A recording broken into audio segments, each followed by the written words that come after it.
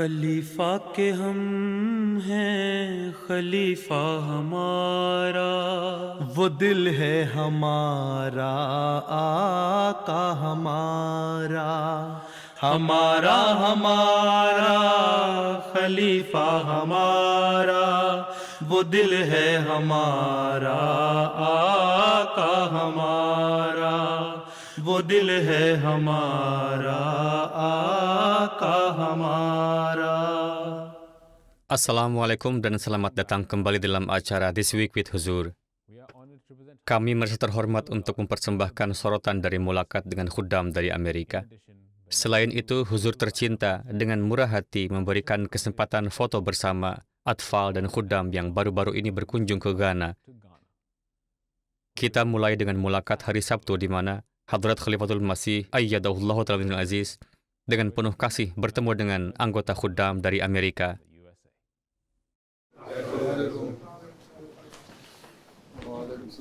Silahkan duduk. Sabtu lalu, Hadrat Khalifatul Masih Ayyadahullahu Ta'ala bin Aziz memberikan kesempatan mulakat kepada khuddam dari Amerika, Virginia. 17 khuddam telah melakukan perjalanan khusus untuk mulakat yang berlangsung di Islamabad. Selama mulakat, semua khuddam mendapat kesempatan untuk memperkenalkan diri dan meminta bimbingan Huzur tentang masalah keagamaan dan kontemporer yang mempengaruhi pemuda. Nama saya Zishan Ahmad dan saya adalah ketua delegasi dari Virginia. Masya Allah, apa pekerjaan Anda, Zishan Ahmad Sahib? Huzur, saya bekerja di bidang IT. Apakah Anda bermigrasi dari Pakistan atau lahir di sini? Lahir di Amerika, Huzur. Amerika, ya. Bagus sekali. Anda berbicara bahasa Urdu dengan sangat baik. Itu prestasi yang luar biasa. Syukurlah ada seseorang yang bisa berbahasa Urdu, sehingga Anda mengenal akar Anda. Ketika Anda mengetahui bahasanya, Anda juga belajar tentang akar Anda. Kalau tidak, orang Amerika tidak akan menerima Anda, begitu juga orang Pakistan. Anda tidak akan cocok di sini maupun di sana. Assalamualaikum Huzur tercinta. Waalaikumsalam. Nama saya Said Rahman Ahmad Shah dan saya juga dari Majelis Portland. Baik, apa pekerjaan Anda? Huzur, saya memiliki perusahaan derek. Oh, tow truck ya. Saya pikir Anda mengatakan tro-tro. Ada truk di Ghana yang disebut truk tro-tro. Itu adalah truk terbuka dan mereka memiliki papan kayu untuk tempat duduk, seperti bangku, dan disitulah penumpang duduk. Ini sering digunakan untuk bepergian ke berbagai tempat, seperti desa dan sebagainya. Jadi, truk itu disebut truk tro-tro. Penumpang begitu berdesakan di truk ini, sehingga jika seseorang mengangkat kepala ke atas untuk bernafas, mereka tidak bisa menurunkan kepala mereka lagi.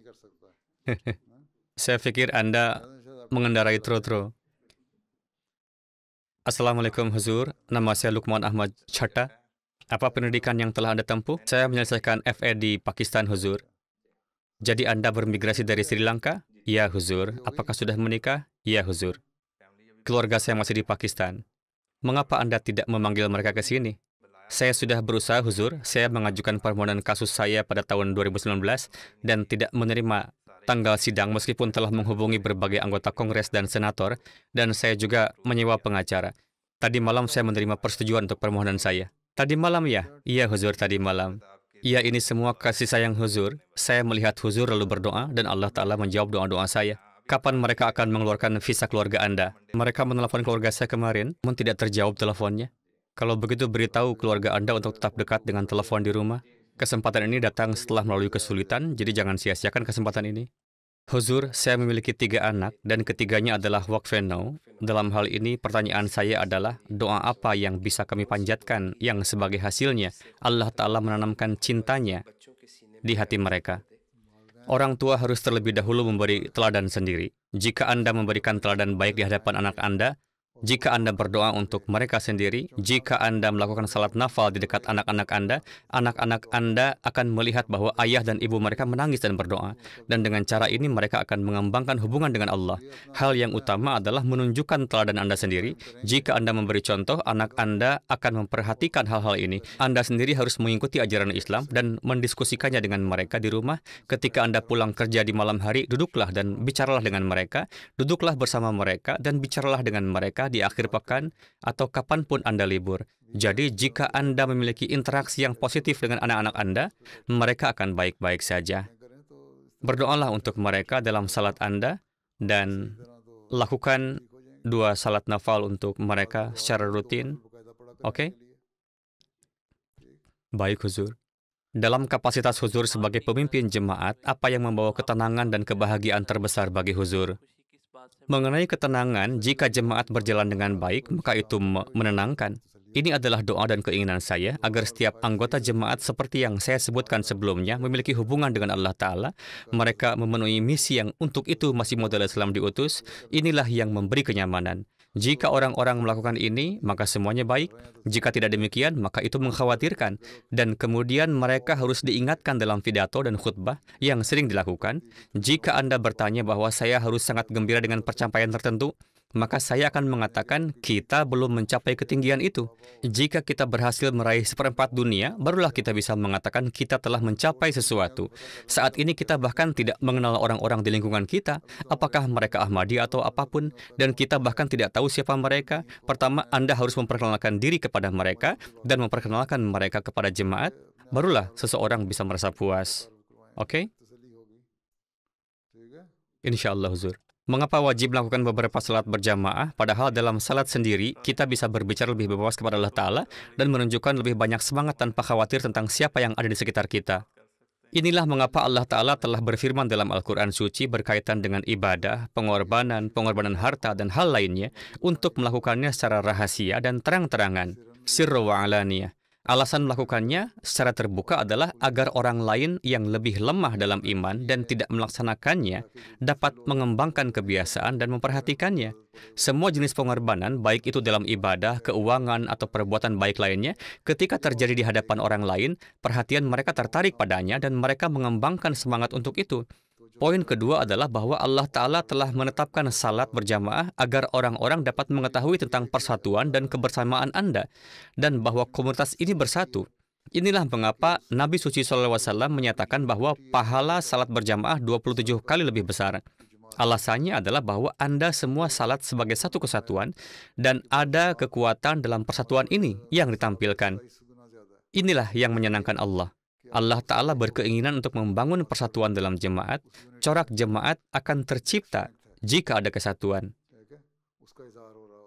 Hadrat Masih Maud salam menyatakan bahwa ketika seseorang berdiri bahu-membahu, mereka mengembangkan perasaan bahwa mereka semua adalah satu unit dan ada kekuatan di dalamnya. Dalam Al-Quran Suci, Allah Ta'ala telah menggambarkan mereka menjadi seperti struktur yang kuat yang disemen dengan timah cair, yaitu struktur atau batu yang kuat.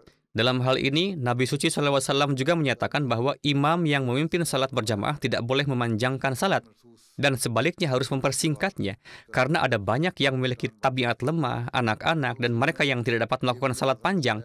Jadi ini akan membantu mereka untuk menahannya. Oleh karena itu, seseorang harus melakukan salat yang sedang-sedang saja. Adapun salat sunnah, difirmankan bahwa ada banyak berkah di dalamnya. Ada juga lebih banyak berkah bagi orang yang bangun di malam hari untuk melakukan salat tahajud. Jadi, seseorang bisa memperpanjang salat-salat tersebut. Hadrat Aisyah radhiyallahu anha menyatakan bahwa Nabi Suci SAW akan mempersingkat salat ketika beliau mengimami salat di masjid. Tetapi ketika beliau melakukan salat nafal di rumah, salat itu begitu panjang sehingga seseorang bahkan tidak bisa menggambarkan akan keindahan di dalamnya. Ketika beliau berdiri, setelah berniat salat dan membaca surah Al-Fatihah, beliau berdiri begitu lama sehingga kadang-kadang kaki beliau bengkak dan terkadang berdarah. Oke? Beliau berdiri untuk waktu yang sangat lama. Ketika beliau sujudnya begitu lama sehingga salah satu istri Nabi Suci SAW menyatakan bahwa beliau pernah salat di malam hari dan sujudnya begitu lama sehingga beliau merasa darah akan mengucur dari hidungnya. Bahkan sahabat lain yang sedang salat juga mengatakan hal yang sama, bahwa sujud beliau begitu lama sehingga ia merasa pembuluh darah di hidungnya akan pecah dan darah akan mengucur keluar. Mungkin menyebabkan pendarahan otak. Karenanya, sujud-sujudnya biasanya sangat panjang. Pahalanya terpisah. Inilah mengapa Allah Ta'ala telah menyatakan bahwa Anda akan menerima pahala untuk salat nafal, tetapi untuk membangun persatuan jemaah dan kebersamaan, Anda harus melakukan salat berjamaah. Ini juga akan mendorong orang lain untuk melakukan hal yang sama, dan mereka menjadi termotivasi. Oke? Baik, Huzur. Jazakallah. Pertanyaan saya adalah, sebagai khadim, bagaimana kita bisa berperan positif dalam mengatasi perubahan iklim?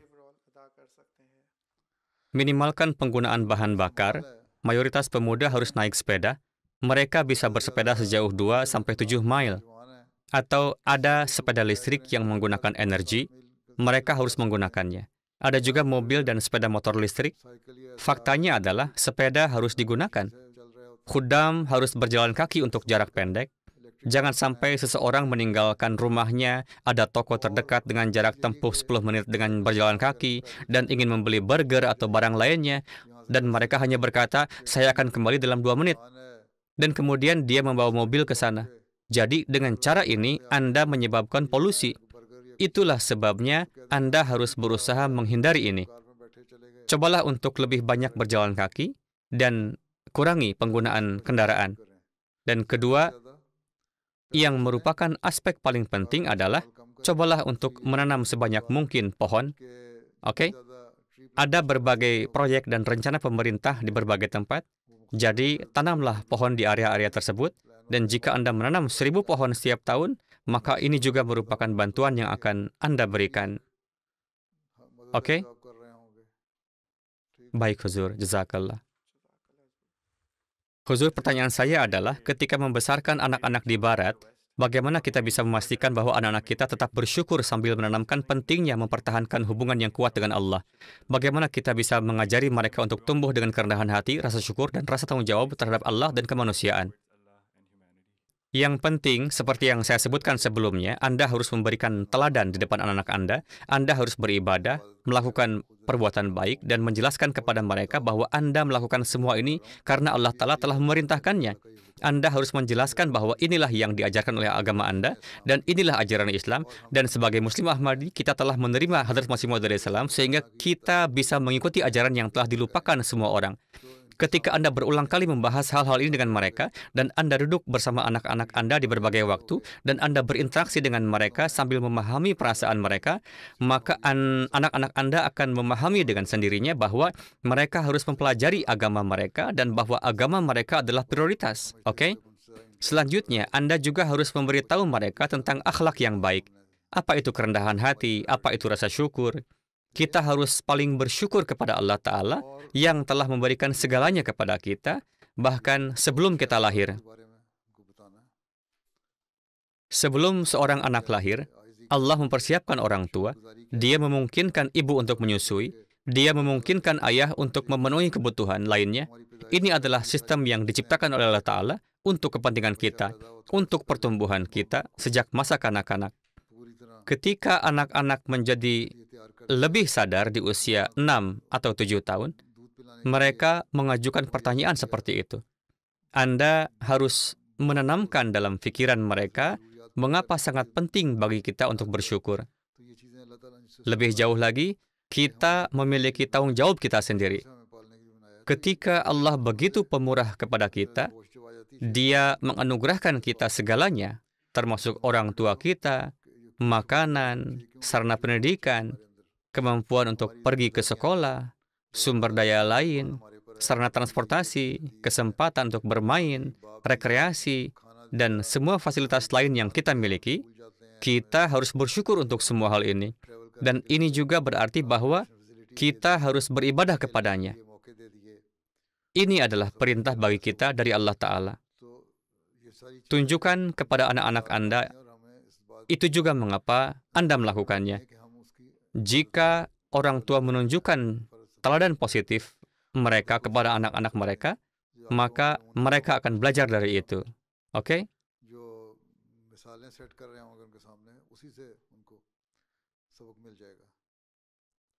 Baik, Huzur. Huzur, bagaimana Huzur melihat Ahmadiyah beradaptasi dengan perubahan norma dan tantangan masyarakat? Kita harus mereformasi dunia. Kita juga harus memberitahu anak-anak kita bahwa berdasarkan ajaran dari Allah Ta'ala ini, inilah tujuan kita dan tujuan kedatangan Hadrat Masih Maud alaihissalam. Dengan demikian, kita harus mereformasi dunia, bukan mengikutinya. Oke? Ini adalah tugas dan tantangan yang sulit. Ini bukan hal yang sepele. Saya telah menyatakannya dengan sangat mudah, tetapi ini sangat sulit untuk dicapai oleh Anda, terutama hidup dalam masyarakat dan lingkungan ini. Dari setiap arah, ada hal-hal yang tidak bermoral yang menarik perhatian Anda, dan untuk melindungi diri Anda dan anak-anak Anda dari hal-hal tersebut adalah sebuah tantangan. Anda harus berusaha dan berdoa untuk ini. Anda harus menjelaskan kepada anak-anak Anda dan berteman dengan mereka. Anda harus memberi mereka pengganti. Ini bukan hanya masalah memberitahu anak-anak Anda untuk tidak melakukan sesuatu, karena mereka akan bertanya, apa yang harus saya lakukan? Juga beritahu mereka apa yang harus mereka lakukan. Dan kemudian ajak mereka keluar juga, ajak mereka keluar di akhir pekan atau selama liburan, tunjukkan kepada mereka alam dan keindahannya, dan bicaralah kepada mereka tentang Allah Ta'ala dan bagaimana Dia menciptakan semua hal ini. Dengan cara ini, mereka akan mengembangkan minat yang unik daripada membuang-buang waktu bermain game dan berselancar di internet. Jika mereka ingin bermain sesuatu, ajak mereka bermain sepak bola, kriket, basket, atau aktivitas luar ruangan lainnya, daripada duduk di dalam ruangan di depan TV dan merusak penglihatan mereka. Untuk membuat anak-anak tetap sibuk, orang tua memberikan iPad atau ponsel kepada anak-anak mereka agar mereka tetap sibuk. Ketika Anda memberikan perangkat seperti itu kepada anak-anak Anda di usia 5 atau 6 tahun, mereka menjadi kecanduan. Orang tua harus berkorban. Tanggung jawab ini ada pada orang tua. Oleh karena itu, mereka harus berkorban dan menyelamatkan anak-anak mereka dari kecanduan seperti itu.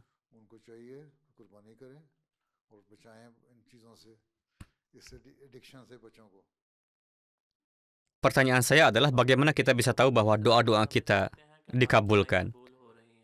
Hati Anda akan memberitahu Anda sendiri ketika doa-doa mengalir dari hati Anda dan air mata Anda mengalir saat Anda berdoa, dan suatu keadaan menguasai Anda di mana Anda merasa bahwa Anda telah membangun hubungan dengan Allah Ta'ala. Keadaan hati Anda akan memberitahu Anda, air mata yang mengalir dari mata Anda, perasaan di hati Anda, dan doa-doa yang mengalir dari lidah Anda sendiri menunjukkan bahwa doa telah diterima atau telah sampai kepada Allah Ta'ala dan Dia akan mengabulkannya. Itulah keadaan yang menunjukkan pengabulan. Allah Ta'ala tidak akan menurunkan wahyu kepada Anda yang memberitahukan bahwa Dia telah menerima doa Anda. Tugas kita adalah terus berdoa dan terus memohon kepada Allah Ta'ala. Kita harus terus meminta dari Tuhan. Adapun keadaan hati, itu adalah sesuatu yang dapat dikenali sendiri oleh orang yang berdoa. Pernahkah Anda dikuasai oleh air mata? Pernahkah Anda menangis terseru-seru dalam sujud? Ya, Huzur. Pernahkah Anda mencapai tempat ketenangan saat berdoa? Ya, Huzur. Itulah pengabulan doa. Jazakumullah, Huzur. Huzur, beberapa anggota jemaat menjauhkan diri karena perilaku pengurus tertentu. Bagaimana kita sebagai khuddam dapat secara aktif mempromosikan keindahan dan tujuan nizam jemaat untuk membantu anggota membedakan antara kekurangan individu dan kesucian nizam? Saya telah menjelaskan ini dalam banyak kesempatan. Beritahu orang-orang itu bahwa mereka tidak berbaiat kepada pengurus itu. Mereka telah memahami agama, meyakini Hadrat Masih Maud alaihissalam, bahwa beliau benar, meyakini khilafat sebagai kebenaran, dan karena itu Anda telah baiat. Sekarang, jika seseorang tertentu yang mereka pilih untuk suatu jabatan, apakah itu sekretaris tarbiyat, ketua jemaat, sekum, atau umur amah, mereka sendiri telah memilih orang-orang ini, dan mungkin karena kesalahan ini, Allah Ta'ala bermaksud menguji mereka. Oleh karena itu, adalah tugas Anda untuk menunjukkan ketaatan. Nabi Suci SAW mengatakan bahwa bahkan jika seseorang yang kepalanya seukuran kismis pun, orang yang sama sekali tidak cerdas, ditunjuk sebagai pemimpin Anda, dia harus ditaati. Jadi mereka harus menunjukkan ketaatan. Keluhan pribadi tidak boleh dimasukkan dalam kategori yang sama dengan masalah yang berkaitan dengan jemaat atau agama. Masa jabatan pengurus akan berakhir dalam 6 tahun, tetapi jika Anda menjadi jauh dari jemaat, maka Anda akan merugikan dan menyia-nyiakan iman Anda secara permanen, dan Anda akan mengundang ketidaksenangan Allah Ta'ala. Oleh karena itu, iman harus dipisahkan dari masalah-masalah ini. Para pengurus juga memiliki tugas, dan Anda harus menjelaskan kepada mereka yang Anda kenal bahwa orang-orang goyah karena mereka, dan karena itu mereka harus memperbaiki sikap mereka dan memperlakukan mereka dengan baik. Mereka harus bersikap baik kepada mereka dan memenuhi kebutuhan mereka daripada mengembangkan kesombongan dan kebanggaan karena mereka telah menerima jabatan. Seorang pemegang jabatan tidak boleh menganggap bahwa mereka memiliki jabatan, melainkan harus menganggapnya sebagai tindakan pelayanan. Mereka harus menganggap diri mereka sebagai pelayan, dan akibatnya tidak akan ada banyak masalah. Sekretaris tarbiyat atau ketua jemaat tidak boleh menyebutkan kelemahan orang di hadapan orang lain. Jika Anda ingin melakukan tarbiyat kepada saudara Anda harus mengajaknya ke samping dan menjelaskan masalahnya daripada menyebutnya di hadapan orang lain. Dengan cara yang sama, setiap orang beriman harus menganggap orang beriman lainnya sebagai saudara mereka. Para pengurus harus menganggap setiap anggota jemaat sebagai saudara mereka dan mengurus tarbiyat mereka secara terpisah dengan semangat kasih sayang daripada mencoba memaksakan status mereka. Sistem kita ada untuk membantu reformasi, bukan untuk meletakkan kekuasaan di tangan segelintir orang dan membangun semacam supremasi atau ekspresi kesombongan. Tidak, ini adalah untuk membangun kerendahan hati, persaudaraan, dan cinta kasih bersama. Sebuah sistem telah diciptakan untuk memastikan berjalannya sistem, bukan untuk mengusir orang. Bahkan dalam Al-Quran suci, Allah Ta'ala berkata kepada Rasulullah bahwa dia harus memperlakukan orang dengan cinta dan kebaikan. Dan jika bersikap kasar terhadap mereka, maka orang-orang akan lari. Rasulullah memiliki status yang tinggi. Dan jika Allah Ta'ala bahkan dapat memperingatkan beliau tentang orang-orang yang menjauhkan diri, lantas siapa kita? Itulah sebabnya seseorang harus berbicara kepada semua orang dengan cara yang penuh kasih dan baik. Pertanyaan kedua saya adalah metode apa yang bisa kita adopsi untuk mengabdi kepada Al-Quran Suci? Untuk mengabdi kepada Al-Quran Suci, seseorang harus mempelajarinya dan memperoleh pengetahuan darinya dan kemudian menyebarkan ajarannya. Oke? Ada banyak hukum dalam Al-Quran Suci, termasuk ajaran terkait akhlak yang baik yang kita temukan dalam masyarakat modern kita. Anda harus menyoroti dan menyajikan perintah-perintah itu kepada mereka. Ada ajaran terkait perdamaian, cinta, dan keharmonisan, ajaran terkait melayani anak yatim. Jadi Anda harus memberitahu orang-orang tentang ajaran-ajaran ini, dan mereka akan menyadari luasnya cakupan perintah Al-Quran, dan mereka pada gilirannya akan mendengarkan apa yang Anda katakan. Ini adalah cara yang bisa Anda gunakan untuk mengabdi kepada Al-Quran Suci. Ketika ajaran agama menyebar, orang-orang akan semakin dekat dengan Islam dan iman. Pengabdian terbesar adalah menerapkan perintah-perintah Al-Quran Suci pada diri sendiri dan perhatian orang akan secara alami tertarik kepada Anda setelah melihat contoh Anda. Oke? Berusahalah untuk menyebarkan ajaran Al-Quran di mana-mana, dan ini harus dilakukan sesuai dengan keadaan. Misalnya, Anda tidak bisa menyuruh seorang ateis untuk mulai sholat. Dia akan langsung menolak. Oleh karena itu, Anda harus terlebih dahulu menarik perhatian mereka pada ajaran Al-Quran. Anda harus menjelaskan bahwa Al-Quran mengajarkan tentang menjaga tetangga, mengajarkan untuk melayani orang tua, mengajarkan untuk memberi pengasuhan yang baik kepada anak-anak, dan tidak menghancurkan mereka. Gagal memberikan pengasuhan yang baik sama dengan menghancurkan mereka. Ini mengajarkan untuk menghormati orang tua, menghormati sesama saudara, menunjukkan keteguhan dan kesabaran, tetap teguh pada kebenaran, menegakkan keadilan. Hak-hak tetangga begitu luas, bahkan orang-orang yang bepergian dengan Anda dan rekan kerja Anda dan sesama pekerja, semuanya termasuk sebagai bagian dari tetangga Anda. Dan karena itu, seseorang harus menghormati mereka juga dan menjaga mereka. Jadi inilah ajaran Al-Quran. Ketika Anda menyebutkan ini, itu akan menarik perhatian mereka, dan mereka akan terkejut bahwa Al-Quran Suci menyebutkan semua ajaran ini. Oleh karena itu, untuk mengabdi kepada Al-Quran Suci, seseorang harus menyebarkan ajarannya. Saat mulakat berakhir, para khuddam juga mendapat kesempatan untuk berfoto dengan huzur dan juga menerima hadiah pena.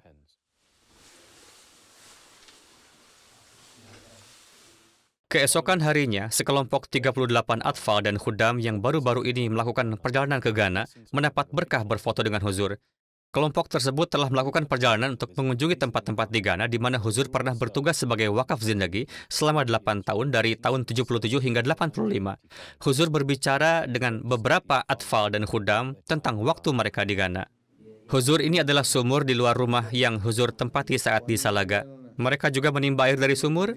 Tidak pernah ada air di dalamnya pada masa saya. Syukurlah, sekarang ada airnya. Dulu ada sedikit air di dalamnya selama musim hujan. Kalau tidak, kami harus berjalan cukup jauh. Airnya sangat dalam, 60 kaki ke bawah. Huzur ini adalah masjid pertama yang dibangun di South Pond.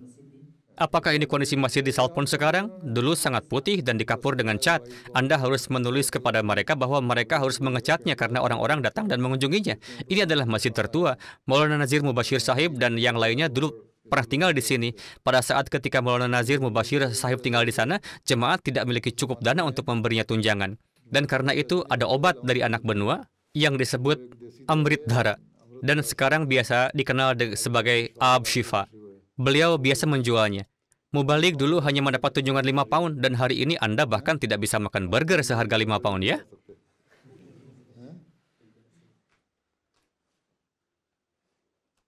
Huzur ini adalah sekolah menengah atas dan papannya masih terpasang yang memiliki semua nama kepala sekolah dan nama Huzur juga ditampilkan di sana. Saat saya di sana, kami hanya membangun 2 blok untuk sekolah. Perluasan lainnya terjadi kemudian. Apakah Anda juga pergi ke danau? Anda tidak pergi ke danau. Pada jarak 18 mil ada sebuah danau. Kami biasa pergi ke danau dan kemudian naik bis kembali. Bis hanya beroperasi sekali sehari dan jika Anda ketinggalan bis atau rusak, maka Anda harus tetap di hutan. Dan karena itu kami menghabiskan banyak malam di hutan dan nyamuk akan datang dari segala arah dan menggigit. Ada banyak nyamuk. Pada suatu kesempatan, bis mencapai dekat danau dan rusak.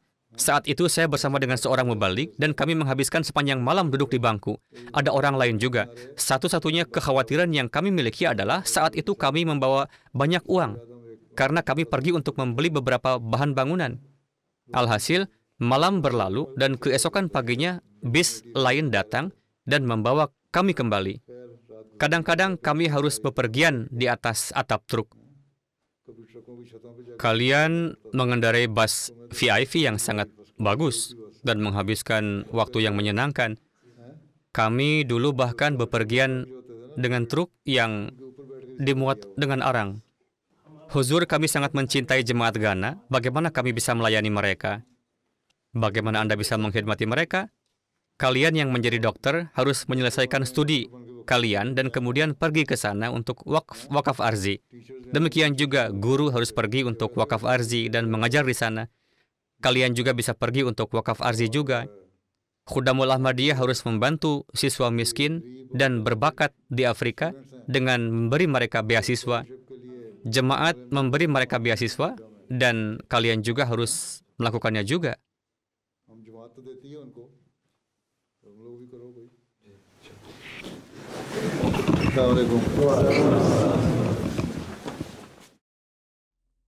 Itulah sorotan dari beberapa aktivitas Huzur yang tercinta akhir pekan lalu. Sekarang kita akhiri dengan segmen terakhir kita, ringkasan khutbah Jumat. Dalam khutbah Jumat hari ini, Huzur Ayyadahullahu ta'ala bin Aziz menanggapi beberapa tuduhan yang dilontarkan terkait perjanjian Hudaibiyah. Huzur menyoroti bagaimana kebohongan beberapa orientalis menciptakan kekacauan dan kita melihat kekacauan ini menyebar di dunia saat ini. Alhasil, dalam keinginan untuk mengajukan keberatan, seseorang tidak boleh kehilangan akal sehat. Ketika menyangkut Nabi Suci SAW dan sejarah Islam, para orientalis ini yang menganggap diri mereka terpelajar, mulai mengucapkan hal-hal yang sama sekali tidak masuk akal. Lebih jauh lagi, hal terbesar yang perlu diperhatikan adalah efek apa yang ditimbulkan kata-kata Nabi Suci SAW ini pada Abu Bashir dan apa yang dia fahami dari Nabi Suci SAW. Terkait hal ini, dalam riwayat ini disebutkan kata-kata berikut. Ketika Abu Bashir mendengar kata-kata Rasulullah SAW ini, dia memahami bahwa Rasulullah akan mengembalikannya kepada orang-orang Mekah bagaimanapun juga. Yang kemudian dia diam-diam melarikan diri dan pergi ke tempat lain. Sayang sekali, betapa malangnya bahwa individu yang secara langsung ditujukan oleh kata-kata ini memahami bahwa Rasulullah tidak senang dengan tindakannya ini dan bahwa Rasulullah akan bagaimanapun juga mengembalikannya ke Mekah. Namun, orang-orang mulia yang datang 1300 tahun kemudian telah menegaskan bahwa sebenarnya Rasulullah membujuk Abu Bashir untuk membuat kelompoknya sendiri dan berperang. Semoga prasangka seperti ini dihancurkan. Harus ada batas untuk ketidakadilan. Ini selalu menjadi standar ganda dari mereka yang mengklaim sebagai pendukung keadilan yang telah mengakibatkan kekacauan di dunia. Dan ini adalah kekacauan yang sama yang kita saksikan hari ini. Semoga Allah Ta'ala memberikan akal sehat kepada dunia, terutama umat Islam, dan melindungi mereka dari tipu daya, fitnah Dajjal.